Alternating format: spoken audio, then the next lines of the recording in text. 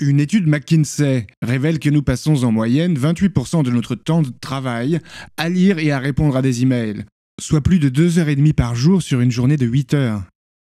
D'après le dernier rapport de Mailjet.com, 35% des utilisateurs, présents dans 5 pays, pensent recevoir entre 11 et 20 emails au cours d'une journée normale, et plus du quart ont déclaré recevoir entre 21 et 50 emails par jour.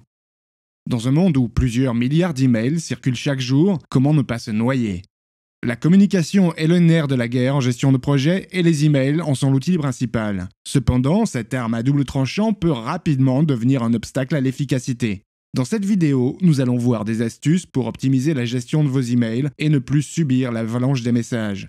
Je commencerai par vous présenter les outils de communication les plus couramment utilisés et leurs fonctionnalités, et notamment comment l'email s'intègre dans ce contexte. J'aborderai également le concept de boîte zéro email et la manière de l'implémenter. Je partagerai quelques pratiques complémentaires pour optimiser son utilisation et pour terminer, je vais utiliser ces concepts en action avec Outlook. Avant de commencer, assurez-vous de vous abonner à notre chaîne pour ne rien manquer de nos prochaines vidéos sur la gestion de projet. Commençons. Pour optimiser l'emailing, il faut d'abord comprendre son rôle parmi les outils de communication. Il s'inscrit dans un ensemble plus large avec différents formats. Voyez ici une liste des principaux outils utilisés dans une organisation. Nous avons des formats audio, vidéo et texte. Nous avons des outils asynchrones, c'est-à-dire que l'échange n'est pas en temps réel comme l'email ou le SMS, ou des outils synchrones comme une conversation téléphonique ou une visioconférence. Enfin, certains moyens de communication sont formels, comme l'email, ou plutôt informels, comme WhatsApp ou une conversation à la pause café. Si on entre dans le détail, l'email a 3 caractéristiques principales. Il est asynchrone, ce qui signifie qu'il ne nécessite pas de réponse immédiate, à la différence d'autres outils plus réactifs sur lesquels nous reviendrons. Il est aussi formel et écrit, ce qui demande une rédaction précise car il peut être considéré comme un document à valeur juridique. Enfin, l'email est souvent multidestinataire, ce qui rend la gestion des destinataires essentielle, un point que nous approfondirons plus tard. Pour les destinataires, il existe 3 options. A. Destinataire direct. CC, destinataire à mettre en copie, CCI, destinataire à mettre en copie occulte. Enfin, dans la plupart des cas, il existe des fonctions avancées telles que définition de l'importance, fonction de rappel en cas d'erreur ou besoin de correction, fonction d'indicateur de suivi pour les destinataires et l'émetteur, présence d'accusé de réception ou de lecture, possibilité de différer la livraison. Cette flexibilité peut parfois entraîner un volume élevé de destinataires rendant la gestion plus complexe. Pour y remédier, la méthode Zero Inbox s'inspire de l'approche GTD, Getting Things Done, de David Allen, pour vous aider à organiser votre vie professionnelle. Lire, gérer, organiser et répondre à ces mails peut vite s'avérer une plaie au quotidien. Avoir une boîte mail surchargée avec des centaines de messages non lus, c'est comme laisser les dossiers s'empiler sur son bureau. Cela crée insidieusement un stress et une sensation d'être dépassé rien qu'en ouvrant sa messagerie. La méthode Zero Inbox a pour objectif de mettre en place les principes suivants. Ne gérer ses mails que sur des plages définies et limitées dans la journée. Suivre religieusement le principe de archiver, déléguer ou répondre.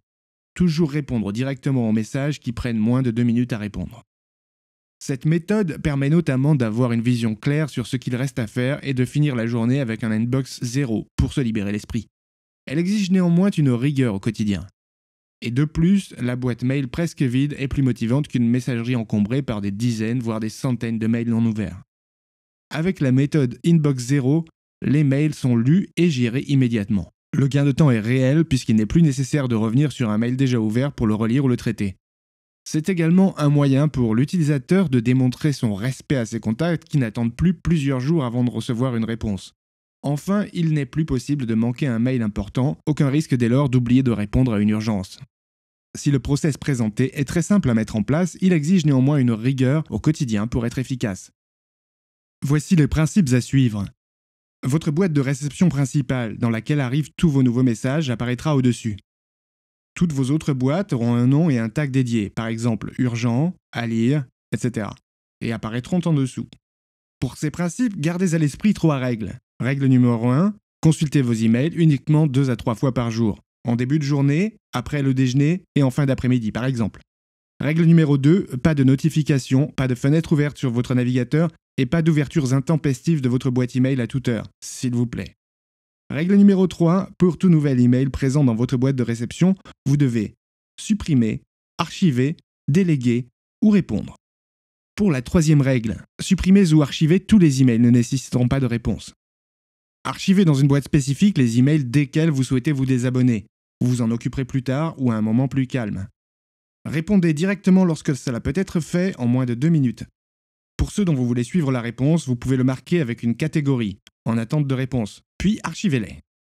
Certains messages demandent des actions ou des réponses d'autres personnes. Acheminez-les avec vos commentaires et si nécessaire, faites-en le suivi. Marquez d'une étoile ou d'une autre forme les emails que vous souhaitez traiter plus tard, puis archivez-les. Pour ceux qui ne requièrent pas de réponse ou d'action, archivez-les si vous souhaitez les conserver pour information. Même avec ces règles d'organisation, souvenez-vous, tous les échanges ne passent pas par un email. En effet, les emails sont utilisés à tort et à travers. Certaines entreprises incitent l'usage d'outils collaboratifs dans le but de diminuer la quantité d'emails échangés. Les moyens de communication déjà décrits doivent être utilisés en fonction de l'audience, du contenu du message et du contexte. Pour les urgences, les vrais, les téléphones ou les SMS, WhatsApp sont de plus en plus utilisés. Pour les communications dont l'historique n'a pas besoin d'être conservé, un outil de communication interne, Teams ou autre. Pour les échanges qui mobilisent de la créativité, une réunion plus un suivi par email sont recommandés. Pour les communications dont vous devez garder une trace écrite, préférez les emails. Le but n'est pas d'éradiquer les emails, mais bien de les utiliser intelligemment. Et bien sûr, préférez les réunions présentielles, les vidéos ou audioconférences pour les points réguliers.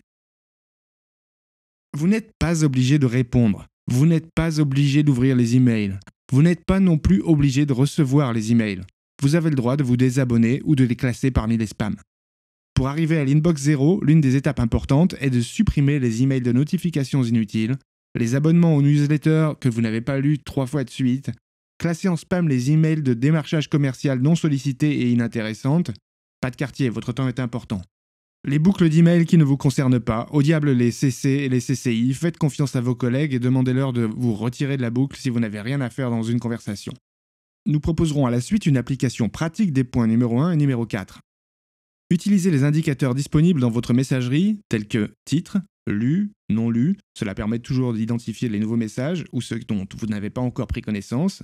Paramétrez des indicateurs de couleur en fonction des sujets et de la manière de les traiter. Les indicateurs de suivi pour l'émetteur ou le destinataire.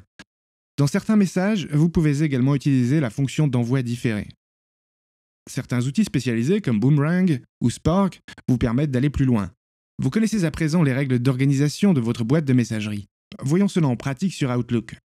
Voici quelques exemples de règles pour simplifier la gestion de votre messagerie. Commençons par la première règle, qui déplace automatiquement les confirmations de participation aux réunions dans la corbeille. L'idée est de filtrer les messages contenant le mot accepté dans l'objet ou tout autre terme selon la langue choisie. Voyons comment procéder. Pour commencer, ouvrez Outlook et allez dans le menu Fichier, puis sélectionnez Gérer les règles et les alertes.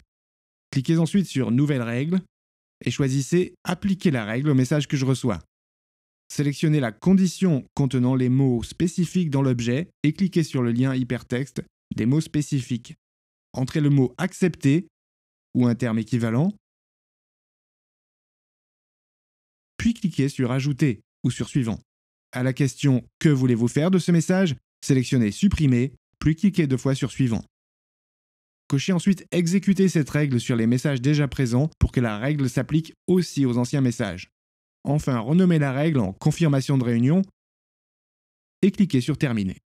Passons maintenant à la deuxième règle, qui déplace automatiquement les messages d'une personne spécifique, comme le manager, dans un dossier dédié pour un traitement différencié. Pour cela, ouvrez Outlook, accédez au menu Fichier, puis sélectionnez Gérer les règles et les alertes. Dans la nouvelle fenêtre, cliquez sur Nouvelles règles et choisissez l'option Déplacer les messages d'une personne spécifique vers un dossier.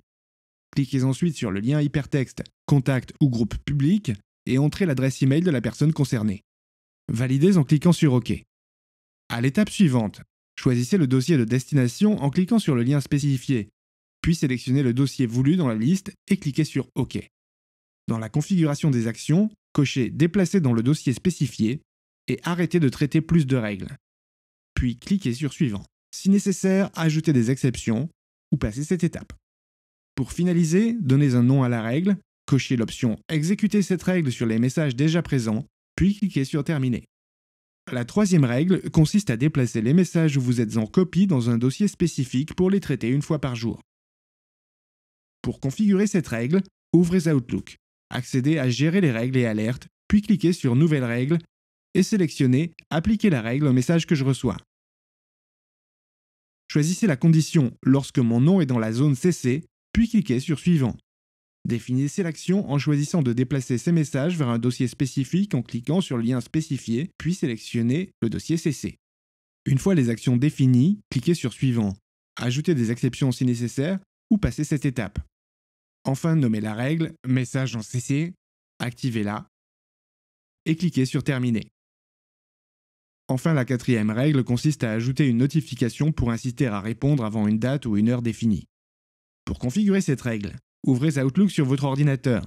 Commencez à rédiger un nouvel email ou ouvrez un email existant auquel vous souhaitez ajouter un rappel. Dans la barre de menu, cliquez sur Assurer un suivi. Dans le menu déroulant, sélectionnez Ajouter un rappel. Une fenêtre s'ouvrira avec plusieurs options. Cochez Mon indicateur si vous souhaitez ajouter un rappel pour vous-même ou Indicateur pour les destinataires si vous souhaitez que les destinataires reçoivent également une notification. Choisissez la date de début, la date de fin et l'heure de rappel dans les champs correspondants. Sous l'indicateur pour les destinataires, sélectionnez l'action attendue comme Répondre ou Lire afin de préciser l'objectif du suivi. Ajustez la date et l'heure du rappel selon vos besoins. Cliquez sur OK pour valider et ajouter le rappel à votre email. Finalisez votre email et cliquez sur Envoyer pour le transmettre avec le rappel intégré. La maîtrise de la messagerie permet de maîtriser à la fois le temps et la communication. Cela implique de la rigueur et de la discipline. Pour rappel, ne travaillez avec vos emails que 2 ou 3 fois par jour maximum. Enlevez les notifications et utilisez d'autres moyens de communication pour les sujets urgents. Utilisez l'approche Zero Inbox. Répondez aux emails lorsque cela peut être fait en moins de 2 minutes. Déléguez lorsque c'est nécessaire et mettez en place des suivis. Supprimez, archivez les autres messages. Utilisez les règles des outils de messagerie Outlook et le plugin de Gmail, ainsi que d'autres outils disponibles. Si vous cherchez à faire évoluer vos pratiques en gestion de projet ou en efficacité personnelle, vous trouverez sur le blog diverses ressources pratiques, des kits de templates pour structurer votre gestion et des guides pratiques avec des retours d'expérience et des démarches pédagogiques. Consultez le lien pour découvrir le contenu des ressources disponibles. Faites part en commentaire de vos questions ou partagez leçons apprises par vos propres expériences.